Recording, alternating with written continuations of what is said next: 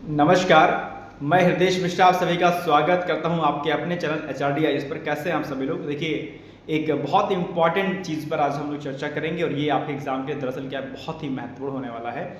आप जानते होंगे कि अगर आपको यूपीपीसीएस का एग्ज़ाम देना है, आरओ का एग्ज़ाम देना है, तो उसके लिए एक बुक बड़ी फेमस होती है और उसको सभी लोग रिकमेंड करते हैं मोस्टली। हालांकि कुछ कुछ लोगों का कहना होता है कई बार कि सर ये वाली बुक अब रिकमेंड नहीं करनी होती है, अब नहीं इससे प्रश्न आते हैं। उसका नाम क्या है? घटना चक्र।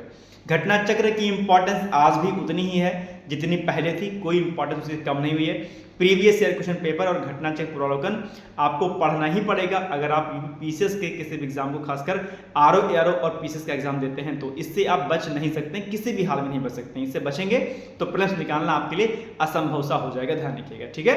तो इन दोनों की अपनी एक इंपॉर्टेंस है। तो अभी हम आगे चर्चा करेंगे कि कम समय में आप घटना चक्र पुनरावलोकन को कैसे समाप्त करें, कैसे वाइंड अप करें और आगे क्या क्या चीज़ें उसमें इंपॉर्टेंट हो सकती हैं, उस पर हम लोग चर्चा करेंगे। बहुत वीडियो लंबा नहीं होगा, लेकिन उसके पहले अगर आप चैनल पर हमारे नए हैं तो प्लीज़ चैनल को हमारे सब्सक्राइब कर दीजिएगा, बेल आइकन को प्रेस कर दीजिएगा और डिस्क्रिप्शन बॉक्स में हमारा कॉन्टैक्ट नंबर और टेलीग्राम का हमारे लिंक भी दिया गया है, जहाँ पर कई प्रकार की जानकारी और चीज़ें आपको अपडेट की जाती है। तो आप उससे जुड़ करके मुझसे जानकारी और भी कई प्रकार की प्राप्त कर सकते हैं, ठीक है। और कॉन्टैक्ट नंबर की अगर मैं बात करूं कि अगर आपको कोई भी प्रॉब्लम है, कोई भी इशू है, तो आप मुझे मेरे कॉन्टैक्ट नंबर पर संपर्क कर सकते हैं, जिसका नंबर है 8604409201। ये मेरा कॉन्टैक्ट नंबर है, आप इसे व्हाट्सएप कॉल कर सकते हैं मुझे, ठीक है। आइए बात करते हैं घटना चक्र को हम कम समय में कैसे समाप्त करें।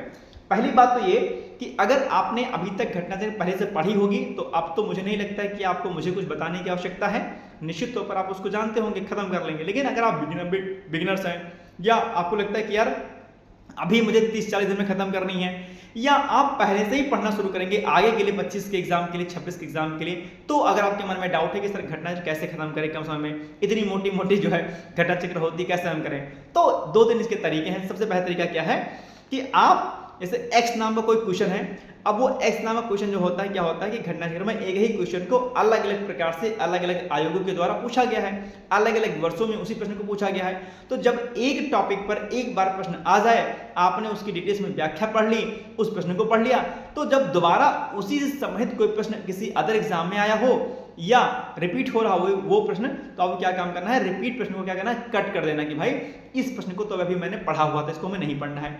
दूसरा, 3-4 स्टेट के जो प्रश्न होते हैं उनको भी आपको क्या करना है, इग्नोर कर देना है। जैसे सीजीपीएससी अर्थात छत्तीसगढ़ पीसीएस के एग्जाम के क्वेश्चंस, एमपीपीएससी के स्पेशल क्वेश्चंस आपको उनको हटा देना है, एमपीपीएससी के क्वेश्चन को, उत्तराखंड विशेष और बिहार पीसीएस के प्रश्नों को भी आपको क्या करना है, छोड़ देना है। करंट अफेयर्स के प्रश्नों को भी आपको छोड़ देना है, नहीं पढ़ना है, क्योंकि वो नए आते हैं, पुराने नहीं आते हैं, इक्का दुक्का छोड़ करके, ठीक है, उनको भी नहीं पढ़ना है। और उन प्रश्नों को भी छोड़ देना है जो प्रश्न आपको क्या लगते हैं, बहुत ही आसान से लगते हैं। जैसे कि घटना चक्र में लिखा है विश्व पर्यावरण दिवस कब मनाया जाता है, विश्व योग दिवस कब मनाया जाता है, आप जानते होंगे 5 जून और 21 जून को मनाया जाता है। तो आपको क्या काम करना है, इन दिवसों को छोड़ देना, नहीं पढ़ना है।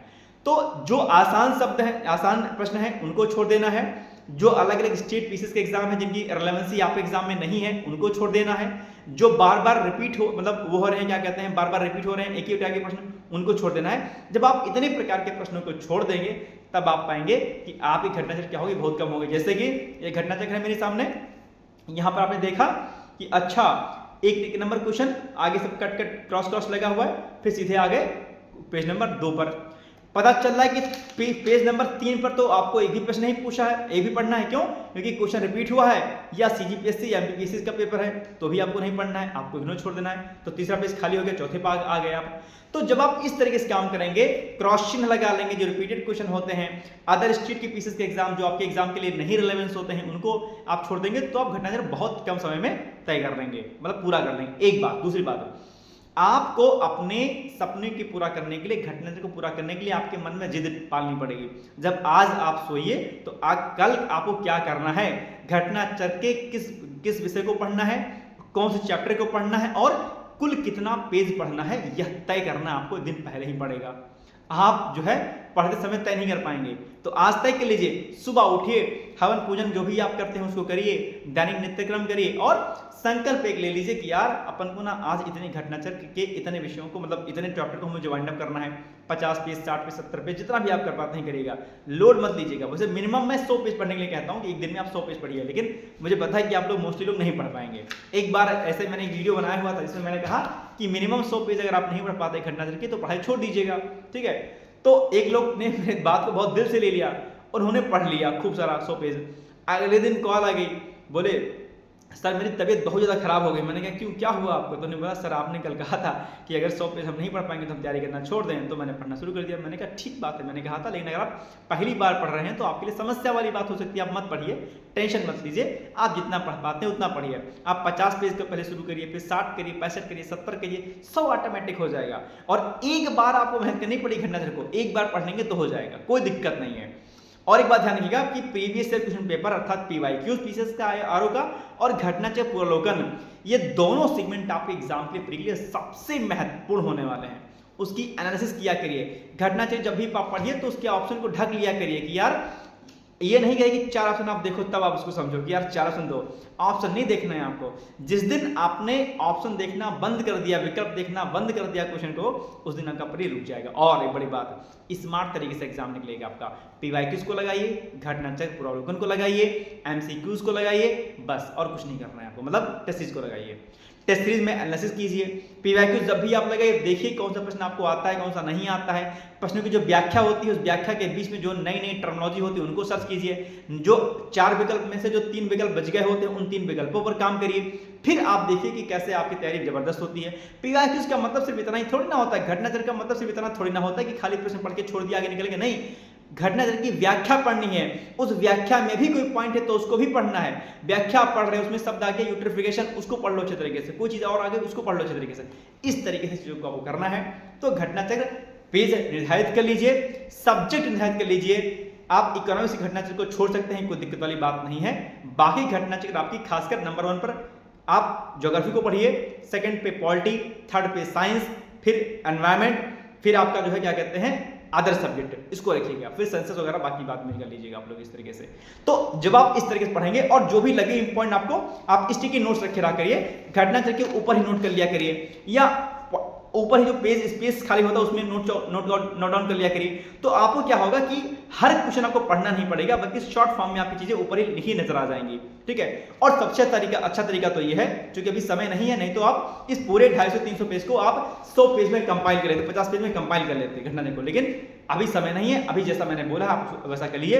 हाँ, अभी आप ऐसा कर सकते हैं, अगर आप इस 250-300 पेज को अगर आप 50 सेट 60 पेज 70 पेज में अगर आप कंपाइल कर पाते हैं छोटे छोटे फॉर्म में, तब उसको कर लीजिए। जो प्रश्न आपको आते होंगे उसको नहीं लिखिएगा, जो भूलने वाले होते हैं आप उनको लिख लीजिएगा, आराम से फिर आपको घटनाचक्र नहीं उठानी पड़ेगी, ठीक है।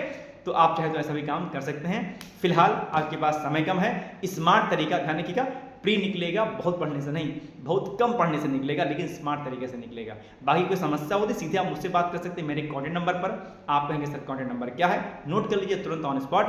कॉन्टैक्ट नंबर मेरा है 8604409201। ये मेरा कॉन्टैक्ट नंबर है, यहाँ पर आप मुझे व्हाट्सएप पर कर सकते हैं, मुझसे कॉल कर सकते हैं, और कोई भी समस्या आपके जीवन में हो मुझसे आप बात कर सकते हैं उस पर, ठीक है।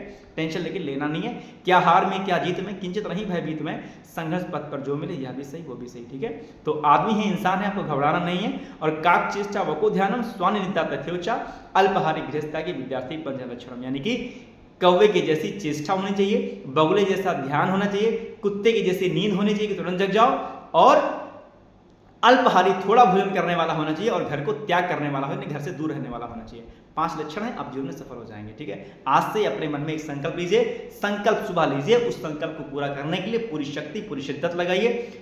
Positivity and consistency is the key of success. अगर आप लगातार पढ़ाई करते हैं, लगातार सकारात्मक रहते हैं, तो जीवन में सफलता आपको मिलेगी। घटनाचक्र कौन सी बहुत बड़ी सी बात है यार, इससे बड़ी बड़ी किताबें आप खत्म कर सकते हैं। अगर आपके अंदर हौसला है, जीतने का जुनून, जज्बा है, हिम्मत है, तो किसी के बहकावे मत आइए। रिलेशन वाले कोई भी कुछ कहते रहते हैं, उनको इग्नोर मारिए। शादी पार्टी होती रहती है, ना आइए ना अपनी खुद की करिए। पापा मम्मी कहते हैं, कहने दीजिए, इग्नोर मारिए, लगातार तैयारी करते रहिए, ठीक है। तो घटनाचक्र अब आपको समाप्त करनी है, एनी हाउ करनी है। ठान लीजिए, अभी भी आपके पास समय ठीक ठाक बचा है, अभी भी आप बहुत बेहतर कर सकते हैं अगर अभी से आपने तैयारी करना शुरू कर दिया तो। बाकी टेलीग्राम का मेरा लिंक भी दिया गया है डिस्क्रिप्शन बॉक्स में, आप वहाँ से भी जुड़ सकते हैं। मैंने पहले भी कहा कि वहाँ पर आपको बहुत प्रकार की इन्फॉर्मेशन, करंट की, जीएस की बहुत सारी इन्फॉर्मेशन आपको वहाँ पर दी जाती है, ठीक है। बाकी मैं आपके साथ हूँ, आपके हौसले के साथ हूँ।